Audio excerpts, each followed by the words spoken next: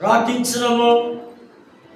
పరిశుద్ధుడా, ప్రేమగల తండ్రి, కృపగల దేవా, మరొకసారి మీ పాద సన్నిధానం దగ్గరికి వస్తూ మీ శక్తివంతమైనటువంటి, విలువైనటువంటి, అమూల్యమైనటువంటి దైవ సందేశాన్ని మేము అర్థం చేసుకోవడానికి వాక్యపు వెలుగులో మేము ప్రయాణిస్తూ ఉండగానే మీ స్వరాన్ని వినిపిస్తూ మానవ జాతికి కావలసినటువంటి ప్రతి అవసరతలు, అక్కర్లను తీరుస్తూ మరి ప్రభువా, ఇదిగో దేవా, మా అందరి ద్వారా మీరు ఘనత, మహిమ, ప్రభావములు పొందగలరంటూ యేసు నామమున వేడుకుంటున్నాము తండ్రి, ఆమేన్. దయచేసి కూర్చుందాం.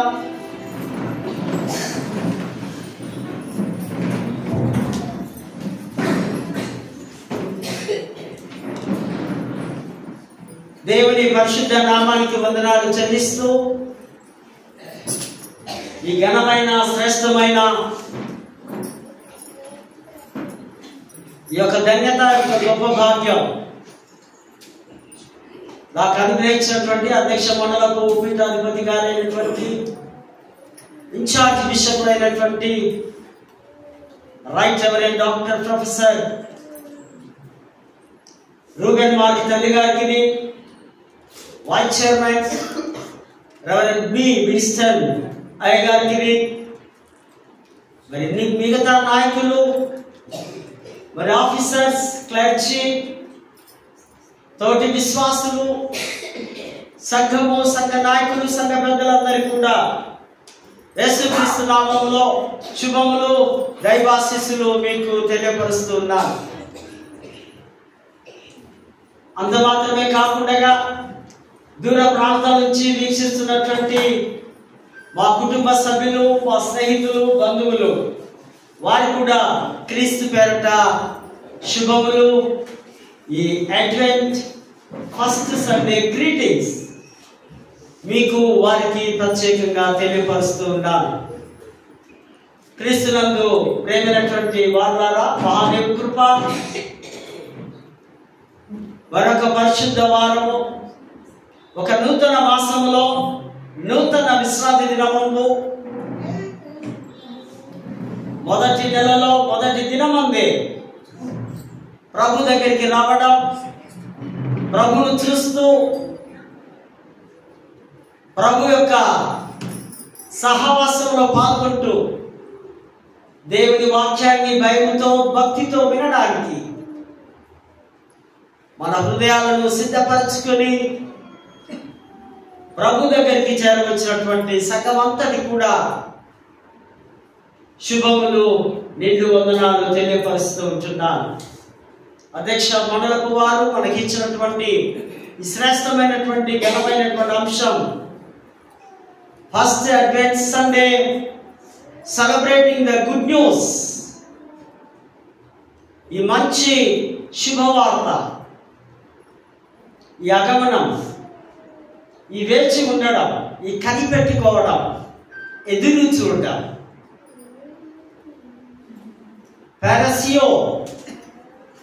పారసియోస్ అంటే గ్రీక్ భాషలో వెయిట్ చేయడం, ఎదురు చూస్తూ గడపడం. మరియు మరియా, ఎలిజబెత్ కలుసుకొని శుభవార్తను పంచుకొని ఉత్సాహించుట,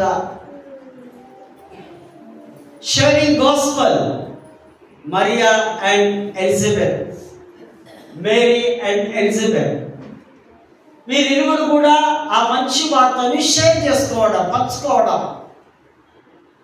అంతకు ముందుగా ఈ ఎదురు చూడడం, ఈ గుడ్ న్యూస్, రోమా చక్రవర్తులు రాజయ్య సందర్భంలో ఆ ప్రజలందరూ కొత్త రాజు కొరకు ఎదురు చూసేవారు. ఆ రాజు వస్తే వారి పరిపాలనలో మాకు మేలు జరుగుతుంది అని ఎదురు చూడడం, ఆయన రాకడ కొరకై. గుడ్ న్యూస్, మంచి వార్త. మనకు లోకంలో మనకి ఎన్ని వార్తలు ఉంటాయి? మంచి వార్త ఉంది, మంచి వార్త అంటే మీ పిల్లలు ఐఏఎస్ ఆఫీసర్ అయ్యాడు అనుకోండి, అది మంచి వార్త. లెటర్ వచ్చింది, అపాయింట్మెంట్ ఆర్డర్ వచ్చింది, మీరు సంతోషిస్తారు, మీ సంఘం సంతోషిస్తుంది, ప్రార్థించిన మీ గురువులు కూడా గుడ్ న్యూస్. ఇంటెలిజెన్స్, సివిల్స్ చక్కగా చదువుకున్నాడు ఆయన. అది కాక అటెండర్ ఉద్యోగం వచ్చింది అనుకోండి, అదే న్యూస్, బ్యాడ్ న్యూస్. ఆయన క్వాలిఫికేషన్ కు, ఆయన జ్ఞానానికి ఈ ఉద్యోగము అది బ్యాడ్ న్యూస్. దుఃఖపడతారు కుటుంబము, ఆ ఉద్యోగం చేసేవాడు లేదా సంఘంలో, అరే ఇంత ఇంటెలిజెంట్ క్లవర్ అయినా అదే ఉద్యోగం. చెడు వార్తలు. మనకున్న ఆస్తి ఎంత,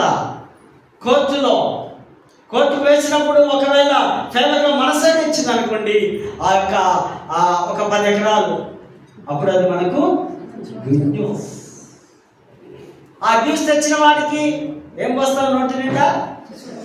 చక్కెర అని ఒకప్పుడు సాగుతుండే కదా, జడ్జికి అందరికీ షుగర్ ఉంది, చక్కెర పోయకండి, స్వీట్. ఒకవేళ అది మన ఫేవర్లో రాలేదనుకోండి, మనకు అది బ్యాడ్ న్యూస్.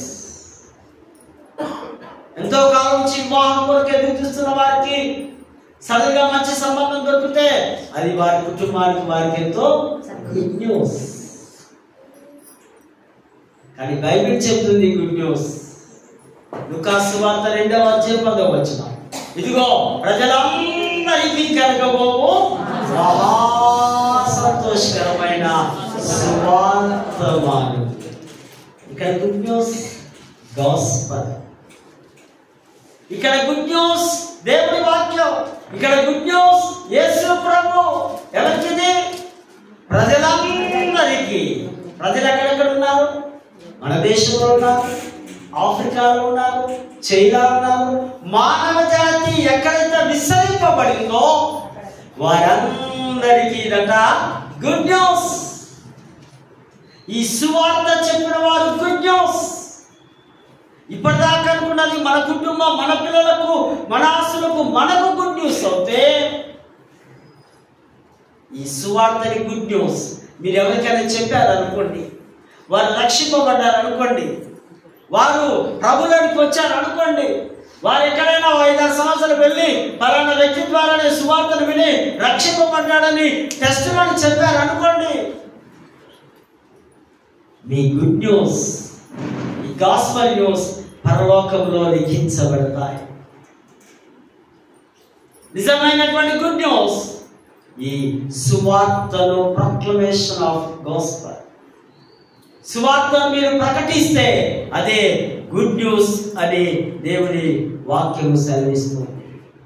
ఈ గుడ్ న్యూస్ కొరకు అనేకులు, యవనస్తులు, పెద్దలు దేవుని వాక్యాన్ని ఖడ్గాన్ని చెందబట్టుకొని సిలువను మోసుకొని వారు దేశంలో సుదీర్ఘమైనటువంటి ప్రయాణాలు చేస్తూ ఆ పరిశుద్ధ వాక్కును ప్రకటిస్తున్నారు. నేడు రక్షకుడు మీ కొరకు పుట్టి ఉన్నాడు. మనం ఏమంటున్నాం? వాస్తవంగా ఈ పండుగను ఏమని పిలుస్తున్నాం? క్రిస్టమస్ అంటున్నారా? వాస్తవంగా దాని పేరు తెలుసా? Christ mass. క్రైస్ట్ గ్రీకులో క్రిస్టోస్, తెలుగులో అభిషక్తుడు లేదా క్రీస్తు. మాస్, మాస్ అంటే ఆరాధన, అంటే క్రీస్తును ఆరాధించాలి. ఎప్పుడెప్పుడు ఆరాధిస్తున్నాం క్రీస్తును? ఎవ్రీ సండే ఆరాధిస్తున్నాం, అవునా? సో దాని అర్థం ఏంటి? Every Sunday Christ mass. ఈ క్రిస్టమస్ కాస్త గ్రామాలలో ఏమని పిలుస్తారు? దాన్ని క్రిస్మస్. తెలియక, నోరు తిరగక గ్రామస్తులకు వాళ్ళకి ఏమన్నా పెద్ద జ్ఞానం ఉంటుందండి? వాళ్ళకి ఏమన్నా పెద్ద థియాలజీ, వేదాంతము ఆ ప్రసంగాలు చేస్తే అర్థమవుతుందా? వాడు ఎప్పుడో సంవత్సరం పండుగ రోజు వస్తారా పెద్ద వయసు కూర్చొని 20-50 కానికేసి అయ్యగారికి దండం పెట్టి పోతాడు ఆయన. అది క్రిస్మస్ అంటాం. క్రైస్ట్ మాస్, ఈ పండుగ, ఈ సెలబ్రేషన్స్ ఎప్పుడట? ప్రతి వారం. గుర్తుపెట్టుకోవాలి మాట. ఏదో సంవత్సరానికి ఒకసారి ఒంటి పండగ, ఇంటి పండగ, పంటి పండగ లాగా కాకుండా ప్రతి ఆదివారము నేను నా యేసును ఆరాధిస్తాను. ప్రతి వారం నాకు ఒక పండుగ పర్వదినమే. ఈ సీజన్, ఈ 25, ఈ 4 వారాలు కూడా క్రిస్మస్ మెసేజే చెప్తారు. ఓన్లీ లెసన్స్ 50% అవుతే 50% మనము క్రిస్మస్ గురించి డిసెంబర్ 25 చెప్పామనుకోండి, అదేం అర్థం కాదు. ఈ నెలంతా కూడా క్రీస్తు యొక్క పుట్టుక, ఆయన సేవ, మన యొక్క సెలబ్రేషన్ ఎలా ఉన్నాయో మనము స్టెప్ బై స్టెప్ ఒక డిఫరెంట్గా మనము మాట్లాడుకుంటూ వెళ్దాం రాబోయే వారాల్లో. ఈ పండుగను సెలబ్రేట్ చేసుకోవడానికి మనకు మన పెద్దలు ఇస్తున్నటువంటి యొక్క అంశం ఈ ఫస్ట్ అడ్వెంట్ సండే. ఇది ఒక నిరీక్షణ సండే. అంటే ఆ క్రీస్తు కొరకు నిరీక్షిస్తూ ఎదురు చూస్తూ మన పితరులు ఓల్డ్ టెస్టిమెంట్లో ఆ మెస్సియా కొరకు కాలి బ్రొట్టిన వేలుతో ఆ బలమంతా పెట్టి ఇట్లా ఎదురు చూస్తూ ఉండేవారట. మెస్సయ్య వస్తాడని. మన తెలుగులో కూడా ఒక సామెత ఉంది కదా, కంట్లో ఒత్తులు వేసుకొని చూస్తూ. మన పిల్లలు మనకు కనిపించలేదు అనుకోండి, మన పిల్లలు ఏ బ్రాడ్స్లోనో ఒక 5-6 సంవత్సరాలు రాకపోతే వాళ్ళ తల్లిదండ్రులు ఏం చేస్తారట? కళ్ళల్లో ఒత్తులు వేస్తారు. కానీ ఇప్పుడు నో ప్రాబ్లం. ఎందుకు? ఏముంది? ఫోన్ ఉంది. ఫోన్లో ఏముంది? ప్రపంచం ఉంది. ప్రపంచంలో ఏముంది? టెక్నాలజీ ఉంది. ఆ టెక్నాలజీతో అదేమంటారు దాన్ని? ఆ వీడియో నాకంటే వీడియో కాల్లో ఆ బిడ్డ ఎట్లున్నావు, అరే బక్కగైనావు, తెల్లగైనావు, నల్లగైనావు, చిక్కిపోయినావు, తిన్నావా? ముఖాముఖి సంభాషణ. అదే ఓ 20-25-30 సంవత్సరాల కిందట అప్పట్లో మా ఫ్రెండ్స్ వాడిని గల్ఫ్స్గా ఏరియాలో వెళ్ళినప్పుడు వాడు టేపు అది చేసి పంపిస్తే వాడి స్వరం విని తల్లిదండ్రులు ఆనందించి క్రీస్తు రాకడ కొరకు, ఆయన ఆగమనం, ఆయన కమింగ్, ఆయన వస్తున్నాడని మనం క్రైస్తవ లోకం కూడా ఎదురు చూడవలసిన అవసరత ఉంది. లోకానికి సమాధానం తీసుకుని రావడానికి, లోకాన్ని ఒకరికొకరు సంధి చేసుకోవడానికి, సంధిపరచడానికి, ఆ పీస్ ఇవ్వడానికి, ఆ పాపము, ఆ మురికినంతా తీసివేయడానికి ఆయన క్రిస్టమస్లో మనం ఏం చూస్తామంటే దేవుడు మానవుడుగా మారిపోవడం. పరలోకము నుండే దేవుడు, ఆయన ఆ వాక్యము, ఆయన శరీరధారిగా మన మధ్యలోనికి మనలాగానే, మనమంటే శరీరం ధరించుకోవడం, రక్త మాంసం కలిగి ఉన్నాం, ఆ విధంగా యేసు లోకానికి రావడం. దేవుడిగా వస్తే ఆయనకు మనకు దోస్తన కుదరదు. మనలాగానే ఆయన మనుషులు కావాలి కనుక తోటి మనుషులాగానే వచ్చి ఆయన ఆ శిలువలో బలియాగమైనట్టుగా మనం చూస్తాం. యేసు క్రీస్తులో 3 ఇంగ్లీష్లో ఉన్న సీలను మనం చూద్దాం. ఇంగ్లీష్లో సి ఉందా? ABC. మొట్టమొదటి సి క్రెడెల్, అంటే దాని తొట్టి లేదా ఉయ్యల, పశువుల తొట్టి. రెండవ సి క్రాస్. మూడవ సి క్రౌన్. యేసు పశువుల తొట్టిలో పడుకున్నాడు. ఆయన పశువుల పాకలో పుట్టి ఉన్నాడు. ఆయన ఎంత దీనుడుగా, దరిద్రుడుగా లోకానికి వచ్చి ఉన్నాడు. ఎక్కడ పుట్టాడు ఆయన? పశువుల పాక ఎట్లుంటుంది? ఏ దరిద్రుడు కూడా పుట్టాడు కదా. మన ఇంట్లో పని చేసినా, లేకపోతే ఎవడు కూడా పేపర్ ఎడుతున్న వాడు కూడా ఈ దినాల్లో ఆ విధంగా పశువుల ఆ డర్టీ ప్లేస్లో. కానీ ప్రభు చూడండి ఎందుకు పుట్టాడు తెలుసా? ఆయన కూర్చి ఆయన నుంచి మనం నేర్చుకోవాలి. దీనత్వం, తగ్గించుకోవడం, వినయం కలిగి ఉండడం, సాత్వికము కలిగి ఉండడం. ఆయన పుట్టి పశువుల తొట్టిలో పరుండబెట్టి తర్వాత ఆయన పెద్దగైన తర్వాత సిలువ, cross, bearing cross, bearing cross, క్రాసును భరించాడు, ధరించుకున్నాడు. క్రాస్లోనే ఆయన చెప్తాడు. తర్వాత క్రాస్లో ఆయనకి ఏం పెట్టారట? ముళ్ళ. ఈ క్రీస్తు ఈ యొక్క ఈ 3 సీలు క్రిస్టమస్ సూచనగా మూలంగా ఉన్నాయి.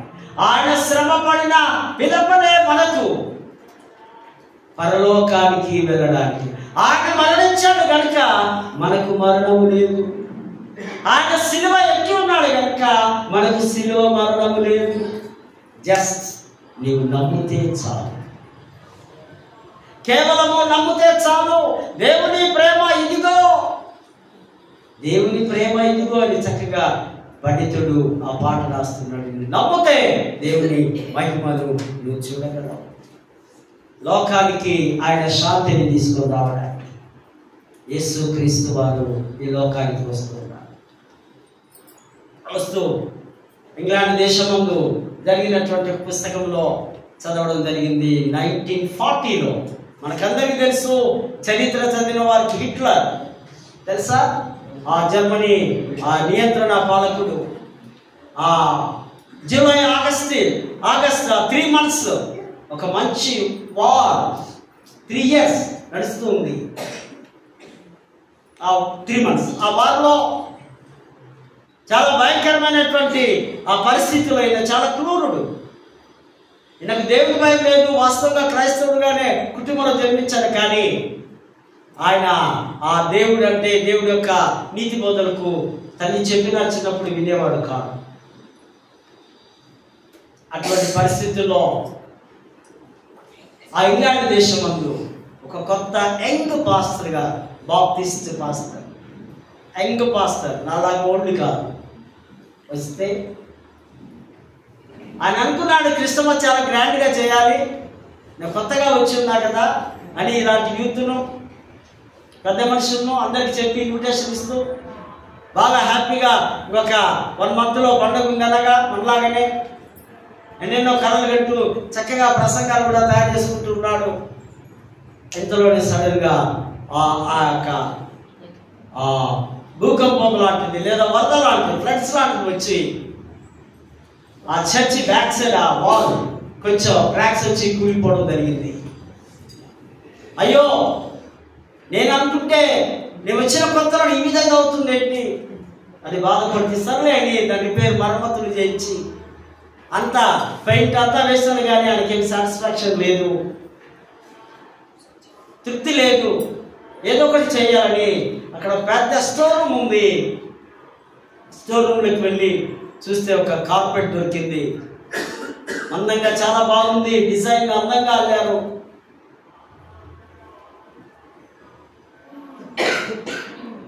బాగా శుభ్రం చేయించి దాని ఆ క్రాక్స్ అంతా ఆ గోడకు కనిపించకుండా మంచిగా డిజైన్ చేసి అంతా పెట్టి తెల్లవారితే 24th క్రిస్టమస్ ఉంది, 25th క్రిస్టమస్ ఉంది.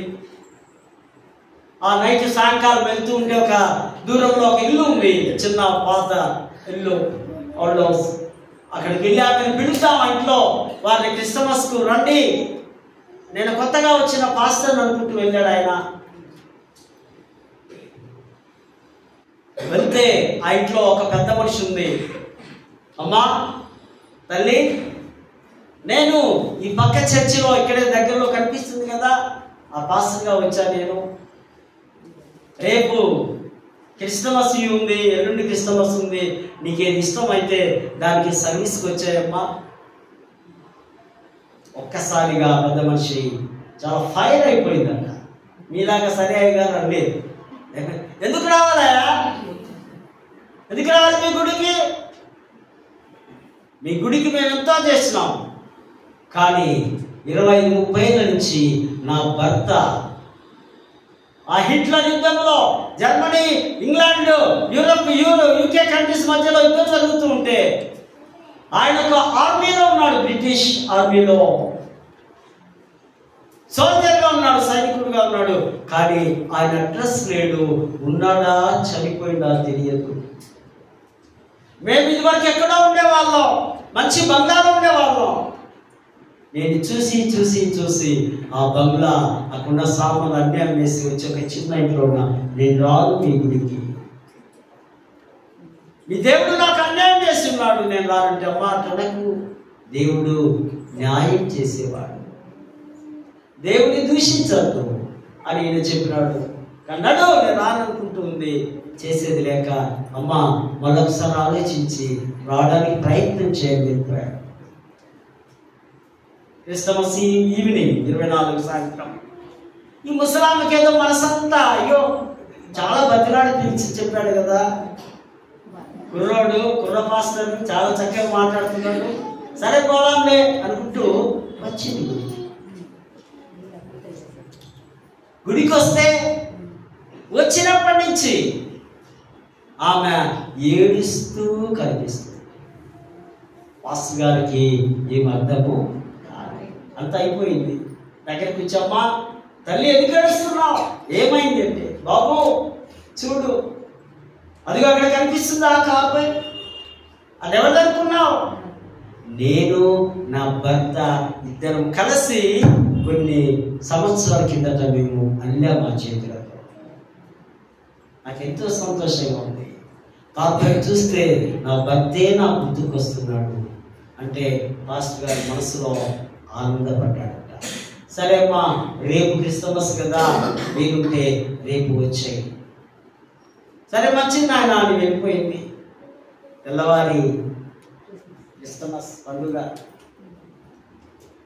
ఈమె నైట్ పోయింది కదా, పెద్ద మనిషి చలి పెడుతుందేమో, తెల్లవారి రాలేదు మార్నింగ్ సర్వీస్కు, డుమ్మా కొడుతుంది. ఆరాధనకు ఒక తెలియని వ్యక్తి, ఆయన కూడా ఓల్డ్ ఏజ్లోనే ఉన్నాడు, 65, 70 ఆ వయసులో ఉన్నట్టున్నాడు. ఆయన ప్రార్థన అంతా అయిపోయిన తర్వాత ఆయన కూడా ఈ ఆల్టర్ దగ్గరికి వచ్చి మోకరించి ఏడుస్తూ ఉన్నాడు. పాస్టర్ గారికి ఏం అర్థం కాదు, అదే ఎవరు సార్ ఏమైంది ఎందుకు ఏడుస్తున్నా, బాబు నేను ఎప్పుడూ రాలే గుడికి, చాలా సంవత్సరాల నుంచి నేను ఒక మిలిటరీలో ఆర్మీలో పనిచేసిన, నేనేమైపోయానని మా భార్య ఆ పాత ఇంటికి అక్కడికి వెళ్తే ఎవరికి అప్పేసింది ఆమె లేదు, ఇదిగో ఆ కార్పొరేట్ చూడు, నేను నా వైఫ్ అన్ని కావాలంటే మా పేర్లు చూడండి కింద ఉన్నాయి, లూసీ రాబర్ట్ చదవండి. వెంటనే వెళ్ళి ఆయన పేరు చదివితే అక్కడ ఆ పేర్లు రాసి ప్రేమైనటువంటి వాళ్ళ పాస్టర్ గారికి ఎంతో సంతోషం అనిపించింది. అప్పుడు వారిద్దరిని కలిపాడు ఆయన. దేవుడికి మనకు పాపము ద్వారా ఎడబాటు దూరం అయిపోయిన మనలను యేసుక్రీస్తు ప్రేమ ద్వారా, యేసుక్రీస్తు యొక్క ఆయన కార్చిన రక్తము ద్వారా నీవు నేను దేవుడికి దగ్గరైపోయా.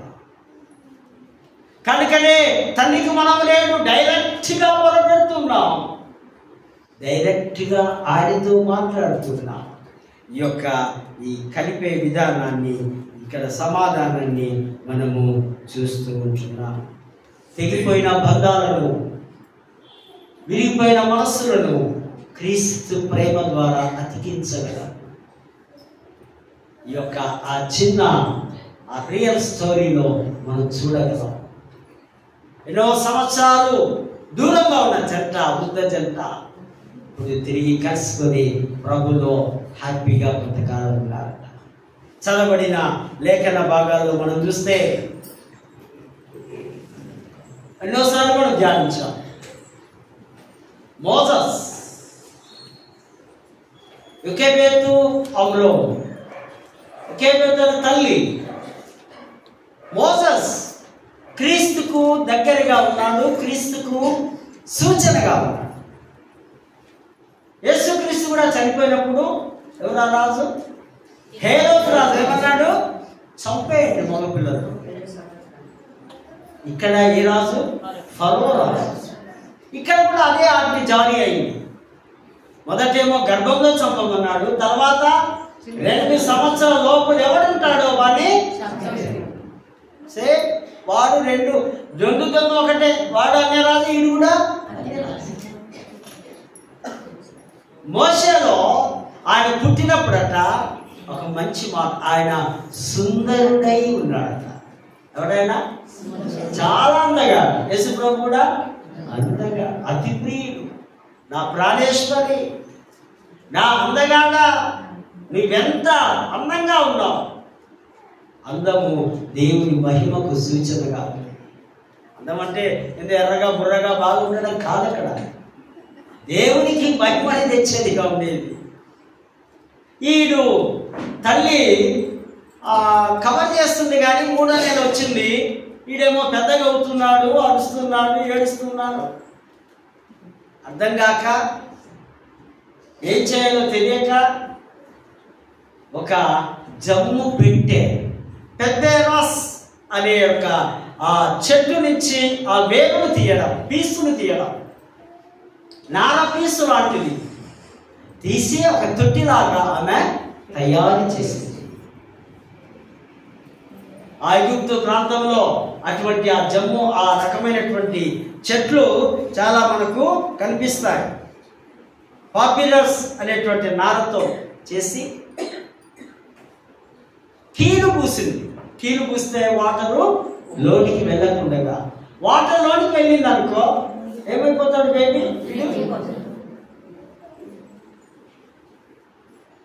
నైలు నది ప్రపంచం అంతటికి పొడవైన నది. నైలు నది ద్వారా రవాణా సౌకర్యం, అంటే ఒక బిజినెస్ కూడా, ట్రాన్స్పోర్టేషన్ కూడా ఆ నది నుంచి ఇతర దేశాలకు నడుస్తూ, మరియు ఐగుప్తు దేశం అంతటి కూడా అది పాడి పొలాలకు, ఆ పంటలకు నీరు అందించేది. కనుకనే అక్కడ ఉన్నటువంటి ఐగుప్తీయులు నైలు నదిని దేవతగా, దేవుడుగా ఆరాధించేవారు. మన దేశంలో కూడా మనం అప్పుడప్పుడు గంగమ్మ తల్లి, గంగమ్మ దేవత కదా, నీరింటిని, సూర్యుని, చెట్టును, పుట్టను. ఇప్పుడంటే మనం క్లియర్గా ఉన్నాం, చదువుకున్నాం, పట్టణాల్లో ఉన్నాం. ఇది చేయకూడదు అంటే ఓకే, రైట్, కరెక్టే కదా. అదే మన తాతలు చేసింది కదండి, అందరం చేస్తున్నారు బానే. యేసు ప్రభువును తెలియక ముందు, ఎరగక ముందు మనమందరం కూడా ఆ గుంట్లో నుంచి వచ్చిన వారు. ఈ నైలు నది ఐగుప్తు దేశంలో ఆ నీటి మీద ఆధారపడి ఉంది. ఈ మోషే అంటే నీటి నుంచి తీయబడిన వాడు, లేదా ఐగుప్తు దేశము ఆ దేవత యొక్క పేరు. ఆ పేరే పెట్టారు వారు. అప్పటి నుంచి వారు అక్కడే ఉన్నాడు కనుక తర్వాత ఆ లెసన్స్ అవన్నీ చూస్తే మోషే గురించి మనకు తెలుసు. ఆయన అందరినీ విడిపించేవాడుగా, ఒక విమోచకుడుగా. యేసు ప్రభు కూడా మన పాపం నుంచి, శాపం నుంచి మనందరికీ పాప విముక్తిని కలిగజేశారు. మోసేమో ఆ ఇజ్రాయెల్ ప్రజలంతా కూడా ఐగుప్తు దేశం నుంచి విడిపించారు. కనుకనే ఆయన విమోచకుడు అంటున్నాం. సో చదవబడిన మరి పత్రికల పాఠంలో కూడా మనం చూస్తే ఇక్కడ అన్యజనులకు గుడ్ న్యూస్. లూకా సువార్త అంతా కూడా థియోఫిలో అనే ఒక ఘనమైనటువంటి, ఒక ప్రేమ కలిగినటువంటి ఒక పెద్ద మనిషికి, ఒక వ్యక్తికి రాస్తాడు లూకా. అతడు అన్యుడే. లూకా కూడా గ్రీస్ దేశస్థుడు, ఆయన కూడా అన్యుడే. టోటల్గా అన్యులకు రాయబడినటువంటి సువార్త, మరియు ఇది స్త్రీల సువార్త. లూకా సువార్తలు ఎక్కువ శాతం అంతా స్త్రీల గురించే, స్త్రీల పరిచయం గురించే, స్త్రీల యొక్క మాటల గురించే అక్కడ భక్తుడు లూకా రాస్తున్నాడు. ఈ వైద్యుడు ఈ సువార్త సార్వత్రిక సువార్త. స్త్రీల సువార్త. కనుకనే లూకా ఒక వైద్యుడిగా, ఒక విద్యావంతుడిగా మంచి గ్రీక్ వర్డ్స్ చాలా ఆయన పదాలు జోడించి చక్కగా ఈ సువార్తను రాస్తూ ఉన్నాడు. ఈ 9వ అధ్యాయంలో మనం చూస్తే దమస్కు ప్రాంతంలో దేవుడి యొక్క స్వరాన్ని విని, క్రీస్తు యొక్క స్వరాన్ని విని ఆయన రక్షింపబడడానికి ఇష్టమై ప్రార్థన చేస్తూ ఉన్నాడు. అప్పుడు దమస్కులో అననీయ అంటే యెహోవా దయగలిగిన వాడు అని అర్థం. ఈ యొక్క మాట కూడా గ్రీక్ పదమే, అననీయ. ప్రభు ఆయనతో అంటున్నాడు, వెళ్ళు. అక్కడ సౌలు అనే వ్యక్తి ప్రార్థన చేస్తూ ఉన్నాడు. ఆయన దగ్గరికి వెళ్ళు, ఆయన నేను ఒక సాధనగా వాడుకుంటూ ఉన్నా, ఆయన నాకు కావాలి. ఆయన కడుగుంటూ గుడ్డివాడుగా కళ్ళలోంచి పొరలు రాలిపోయి ఏమీ కనిపించక ఉన్నాడు. ఆయన నువ్వు వెళ్ళి ప్రార్థన చేయి. ఆయన అన్యజనుల ఎదుట, రాజుల ఎదుట, ఇజ్రాయేల్ ఎదుట, అనేకుల ఎదుట ఒక మంచి పాత్రగా నేను వాడుకుంటా, ఒక ఇన్స్ట్రుమెంట్ గానే వాడుకుంటా. ఆయన నాకు కావాలి, నువ్వెందు. ఈయన అంటున్నాడు, ప్రభువా. ఆ మాట చూడండి 13వ వచనంలో, యెరూషలేములో పరిశుద్ధులకు ఎంతో కీడు చేస్తున్నాడు. గ్రీక్ భాషలో హెజియా అంటే పరిశుద్ధత. నీకు తెలియదా ప్రభువా వాడు ఎటువంటి వాడో? యెరూషలేములో అనేకులను చిత్రహింసలు చేసి అవసరమైతే చంపడానికి కూడా వెనుకంత వేయలేదు. అటువంటి దుర్మార్గుడు ఆమెను రక్షించాల్సింది. అటువంటి వారి కానీ వెళ్ళి ప్రార్థన చేయవలసింది అంటుంటే ప్రభు అంటున్నాడు, నాకు ఆయన కావాలి. పరిశుద్ధులు అంటే పాపమును, శాపమును, దుర్మార్గతను విడిచిపెట్టి ప్రభు కొరకు ప్రతిష్ఠించుకున్న వారు పరిశుద్ధులు. ప్రభు కొరకు అంకితమయ్యేవాడు పరిశుద్ధుడు. సమస్తము లోకంలో ఉన్న వాటిని విడిచిపెట్టి ప్రభు కొరకు మాత్రమే బ్రతికేవాడు పరిశుద్ధుడు. నూతన నిబంధనలో విశ్వాసులను పరిశుద్ధులు అని పిలిచారు.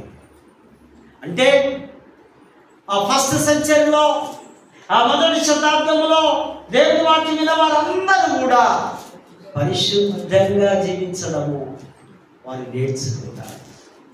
కనుకనే అక్కడ రాస్తున్నారు, నా నామం వరకు ఎన్ని శ్రమలైనా పడాలి.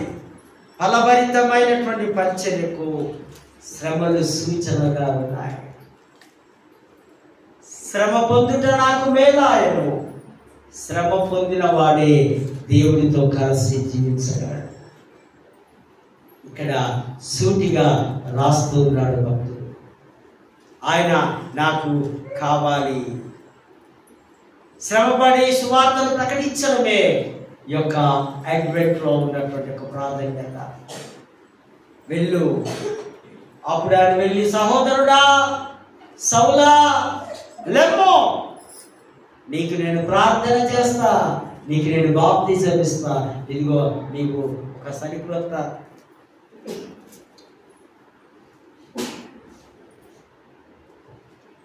నూతన వ్యక్తిగా దేవుడు నిన్ను మారుస్తున్నాడని ఆయన అననీయ ప్రార్థన చేసినప్పుడు వెంటనే ఆయన ప్రభువుకు సరెండర్ అయిపోయి అనేకుల ఎదుట ఆయన ఘనమైనటువంటి సువార్తను ప్రకటించినట్టుగా లేఖన భాగాల్లో మనం చూస్తూ ఉంటాం.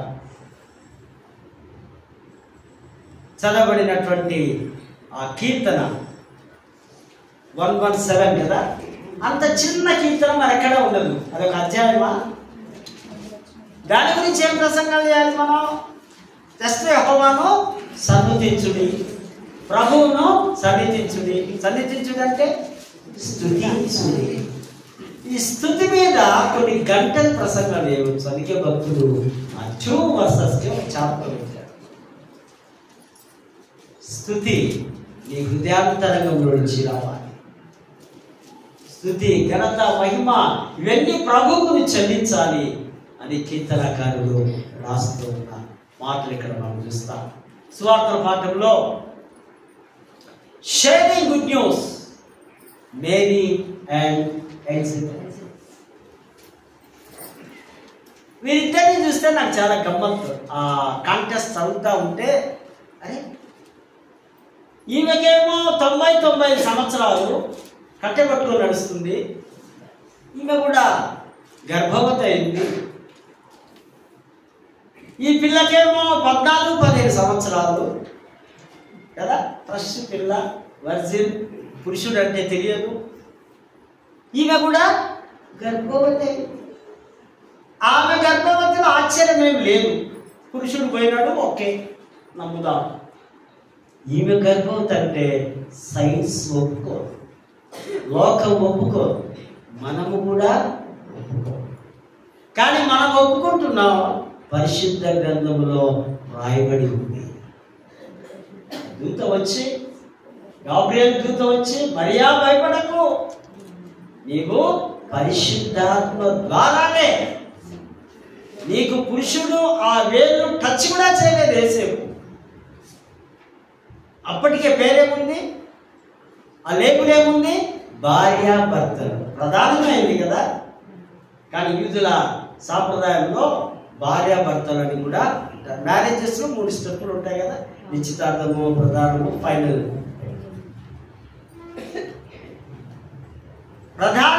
ప్రధానమైన తర్వాత ఇక భార్యాభర్తలని నిశ్చాంతంగా అటు ఇటు బంధంలో కార్లో తిరగడం కాదు. అట్లీస్ట్ 1 year వాళ్ళు దూరంగా ఉండాలి, ఇవన్నీ మాట్లాడుకోకూడదు. ఒకవేళ చేస్తే ఏం చేస్తారట, ఊరవతలకి తీసుకెళ్ళి రాళ్లతో కొట్టించాలి. యూదుల యొక్క నిష్టత. మనలాగా కచరా పచరా కాదు మన బిజినెస్. పొరపాటున దొరికితే, పొరపాటున చేస్తే ఆ పనులు. అందుకే బాబు యేసేపుకి ఏం పేరు, నీతిమంతుడైన యేసేపు. రహస్యంగా విడిచిపెట్టాలనుకున్నాడు. అబ్బా ఆ లేబుల్, ఆ పేరు నేను వినలేను, గర్భవతి అంటున్నారు, వీరికి అర్థం కాలేదు యేసేపు కూడా. మళ్ళా దూత వచ్చి చెబితేనే వెళ్ళి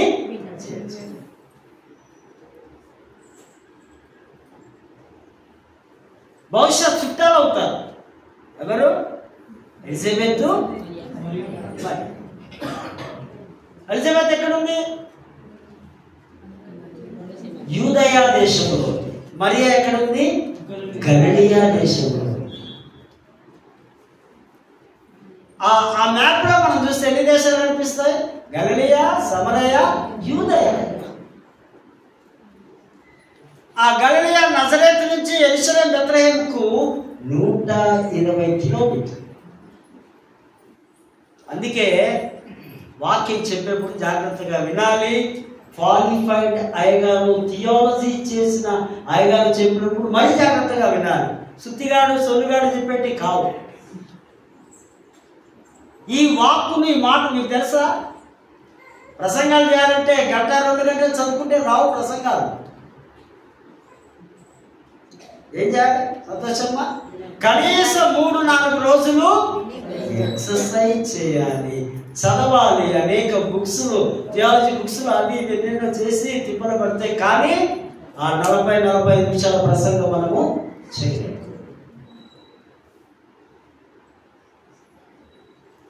ఇవి చిన్నది కదా, 14-15 సంవత్సరాలు చెంగున జింకలాగా ఎగిరిపోతూ ఆ కొండ సింహంలో లోనలోకి వెళ్ళి వాళ్ళ అక్కని చూసి పలకరిస్తుంది. ప్రైజ్ ది లార్డ్, వందనాలు చెప్పగానే ఆమె గర్భంలో ఉన్న శిష్యుడు ఏం చేసినట, ఎవడాడు గర్భంలో ఉన్నాడు, బాప్తిజం యోహానుకి అర్థమైపోయింది, అమ్మో నా ప్రభువు, నా యేసు, నా దేవుని తల్లి నన్ను మిస్ చేస్తుంది. అందుకే అంటుంది ఎలిజబెత్ కూడా, ఓ మరియా నువ్వు ధన్యురాలు, నువ్వు సామాన్యురాలు కావు. ఏ స్త్రీ ద్వారా లోకంలోనికి పాపం వచ్చిందో అదే స్త్రీ ద్వారా లోకరక్షకుడు పాపాన్ని తీసివేయడానికి ప్రభు ఆ స్త్రీ గర్భములోనే జన్మించాడు. పలకరించుకున్నాక అంతా అయిపోయింది. మరియా ఒక స్తుతి గీతం పాడుతుంది. దాన్ని ఆ లాటిన్ భాషలో మ్యాగ్నిఫికేట్ అంటే ఘనపరచడం. నా ప్రభును, నా రక్షకుని, నా ప్రాణదాతను నేను ఘనపరుస్తున్నా. మ్యాగ్నిఫికేట్ స్తుతి గీతం. మరియా స్తుతి గీతాన్ని ఒక పండితుడు ఆ విధంగా పోలిస్తూ ఉంటున్నాడు. స్టాన్లీ జోన్స్ అనే పండితుడు ఈ మరియా ఈ పాడిన లేదా ఈ బోధించిన స్తుతి గీతం ఈ ప్రపంచమంతటిలో అత్యున్నతమైనటువంటి విప్లవాత్మకమైనటువంటిది మరియు ప్రవచనాత్మకమైనటువంటి గీతం. ఈమె ఆ చేసిన పాడిన ఈ పాట, ఈ స్తుతి గీతం సామాన్యమైనది కాదు, విప్లవాన్ని తీసుకుని వచ్చేదిగా. నెంబర్ 1 51లో ఇది నైతిక విప్లవం. దేవుడు గర్విష్ఠులను అణచివేసి దీనులను హెచ్చించును. ఈ నైతిక విప్లవంలో మనం చూస్తే గర్విష్ఠులను అణచివేసి దీనులను హెచ్చిస్తాడు. ఫరో రాజు గర్వించి విగ్రహారాధికుడు ఎవరిని హెచ్చించాడు? యేసేపును ఈక్వల్ స్థాయికి తీసుకొని వచ్చినాడు. ఆయన మొదటి రాజు అయితే ఈయన రెండవ రాజుగా. అందుకే నాకు ఆయనని చదువుతూ ఉంటే నాకు బాగా సంతోషం అనిపిస్తుంది. యేసేపు ఎక్కడికి వెళితే అక్కడికి దేవుడి యొక్క తోడుగా వెళ్ళాడట. తోడు కదా, తోడుంటే భయం ఉంటుందా? తోడుంటే దిగులు ఉంటుందా? తోడు మధ్యలో బ్రేక్ అవుతాయి. దేవుడి తోడు మనకు, దేవుడు మన చేయి వదిలేసినాడు అనుకోండి, ఏమైపోతాం? యేసేపుకు దేవుడి తోడు ఉంది కనుక ఆయన ఒక ఉప ప్రధానమంత్రిగా ఆయన హెచ్చింపబడ్డాడు. నైతిక విప్లవం ఆమె యొక్క స్తుతి గీతంలో ఉంది. 51 వచనాల నుంచి ఆయన మనం చూస్తే 52లో సామాజిక విప్లవం సింహాసనం నుండి బలవంతులు పడదోసి దీనులను ఎక్కించును. బలవంతులు, గర్విష్ఠులు, అహంకారులను దేవుడు కూల్చివేయడం. మనకందరూ తెలుసు ఆ గ్రేట్ అలెగ్జాండర్ జస్ట్ 33 సంవత్సరాల్లోనే ఆయన చనిపోయాడు. క్రీస్తు పూర్వం 323లో. ప్రపంచానంతానే జయించాలని చాలా గర్వంగా ఫీల్ అయ్యాడు. చిన్న దోమ కాటుతో ఆయన మరణించాడు. దేవుడి యొక్క ఉగ్రత దీనులను ఎక్కలేని ఎత్తైన కొండ మీదకి దేవుడు ఎక్కించేవాడు. మరి 3వదిగా ఆర్థిక విప్లవం. ఆకలి ఉన్న వారికి మంచి ఆహార పదార్థములతో ఆయన తృప్తిపరచడం. స్పిరిచువల్ ఫుడ్ ఇప్పుడు మనం తీసుకుంటాం. మంచి ఆహార పదార్థములు అంటే మనకు అర్థమయ్యేది మటన్లు, చికెన్, బిర్యానీ కాదు. క్రీస్తు యొక్క వాక్యం. ఒకసారి యేసు ప్రభు 40 days ఆయన ఫాస్టింగ్ ఉన్నప్పుడు శోధకుడు సైతానుడు వచ్చి తీసుకెళ్ళి ఆ రాళ్ళన్నింటినీ చూపిస్తుంటుంది. మంచి మంచి రొట్టెలు చేసుకుని తినవయ్యా, నువ్వు దేవుడి కుమారుడు కదా, నాకు తెలిసి నువ్వెవరో చెయ్య పని. సరే, మంచి అడ్వైస్. అబ్బా ఇంత మంచిగా చెప్పినావు, నాకు ఎవరు చెప్పి అన్నాడా? మానవుడు, మనిషి రొట్టె వలన మాత్రమే కాదు కానీ దేవుని నోట నుండి వచ్చి ప్రతి మాట వలన. 100 years ఎప్పుడు దేవుని మాట వింటే, రుచి చూస్తే, చదివితే, బోధిస్తే బ్రతుకుతాం. లేదు మన ఫుడ్ తిన్నామనుకో, మన బిర్యానీ తిన్నామనుకో, ఎన్ని సంవత్సరాలు చెప్పు? నీకు ఎన్ని సంవత్సరాలు? 50 ఉంటావా, 60 ఉంటావా, 70, 80, 90, 100 కౌంట్. ఇక లేదు కౌంటింగ్. ఆత్మీయమైనటువంటి ఆహారం. ఆ ఆహారం తింటే వారిని తృప్తిపరుస్తా ధనవంతులను ఒట్టి చేతులతో ఆయన పంపివేస్తారు. ధనవంతుడు లాజరు అంటే మనకు ఒక కథ గుర్తుకొస్తుంది కదా. వాడు పాపం లాజరు చాలా కష్టమైన పరిస్థితులు బ్రతికారు. ధనవంతుడేమో మన సతీష్ గారి లాగా గంటకు చుట్టూ మారుస్తూ ఉన్నాడు. దరిద్రుడికి ఏమో బట్టలు లేవు, తిండి లేదు. ఈ శరీరానికి ఎంత ఖరీదు బట్టలు ఇచ్చినా మళ్ళీ దాన్ని తీసివేయవలసిందే కదా, లేకపోతే శరీరం ఒప్పుకుంటుందా? ఈ వాసన ఇదంతా బట్టలు భరించలేవు, తీసివేయవలసిందే. ఎంత మంచి ఆహారమైనా మళ్ళీ విసర్జించాలి. ఒక వారం స్టాక్ పెట్టుకుంటా అంటే నడుస్తుందా? విసర్జించాలి. బట్టలు కానివ్వండి, ఆహార పదార్థాలు కానివ్వండి, అన్నీ విసర్జించవలసిందే. కానీ దేవుని వాక్యం మాత్రం నిత్యము నిలిచి ప్రేమైనటువంటి వారు ఆయన వస్తూ ఉన్నాడు. ఆయన కొరకు ఎదురు చూస్తున్నాం. మనము ఆయనకు కొరకు సిద్ధంగా మనము స్థలము సిద్ధపరుస్తున్నాం. ప్రభువా, నా హృదయంలోనికి రా, నీ ఆగమనం, నీ రావడానికి మేము వేచి ఉన్నాం. కళ్ళల్లో ఒత్తులు వేసుకొని చూస్తున్నాం. నా కొరకు నువ్వు దిగిరావా? నీవు మనుషులుగా దిగిరావా? మా కుటుంబంలో, మా ఇంటిలో, నా హృదయంలో మరొకసారి 2024 మీరు మా దగ్గరికి రావాలని ప్రార్థన చేస్తున్నట్లయితే తప్పనిసరిగా దేవుడు వస్తాడు. అటువంటి ఒక కృప, పరిశుద్ధాత్మ నడిపింపు, దైవాశీస్సులు దేవుడు మనకు సమృద్ధివంతంగా అనుగ్రహించింది కాక. దగ్గర తండ్రి, ప్రేమగల దేవా, ఇంతబడిన వాక్యాన్ని నాయన మీరు మా హృదయంలో స్థిరపరచుకోవడానికి సహాయం చేయండి. వాక్యానుసారముగా మేము బ్రతకడానికి మాకు నేర్పిస్తాం. చేరవచ్చిన ప్రియబిడ్డలందరినీ కూడా దీవించగలరండి. యేసు నామమున వేడుకుంటున్నాము తండ్రి. ఆమేన్.